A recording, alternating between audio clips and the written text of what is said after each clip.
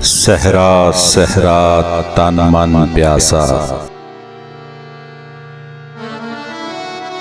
सहरा सहरा तन मन प्यासा। रीस कैस दी सौखी नहीं जे, दाना पानी भुलना पेगा।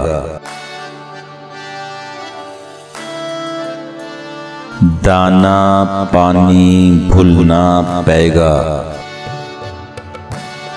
मंजिल पानी ओखी नहीं जे।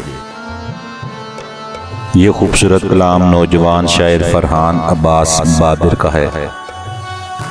पंजाबी में है कि अगर आप रीस कैस दी सौखी नहीं जे, यानी अगर आप कैस के साथ कोई मुकाबला करना चाहते हैं तो वो इतना आसान नहीं है, मुकाबला बड़ा मुश्किल है। कैस ने जो सहरा सहरा में अपना तन मन प्यासा रखा, कैस ने यानी मजनू ने जो सहरा सहरा छाना है, उसके जिस्म उसके दिल में जो प्यास थी रूहानी या जिस्मानी, वो कोई आसान काम नहीं था।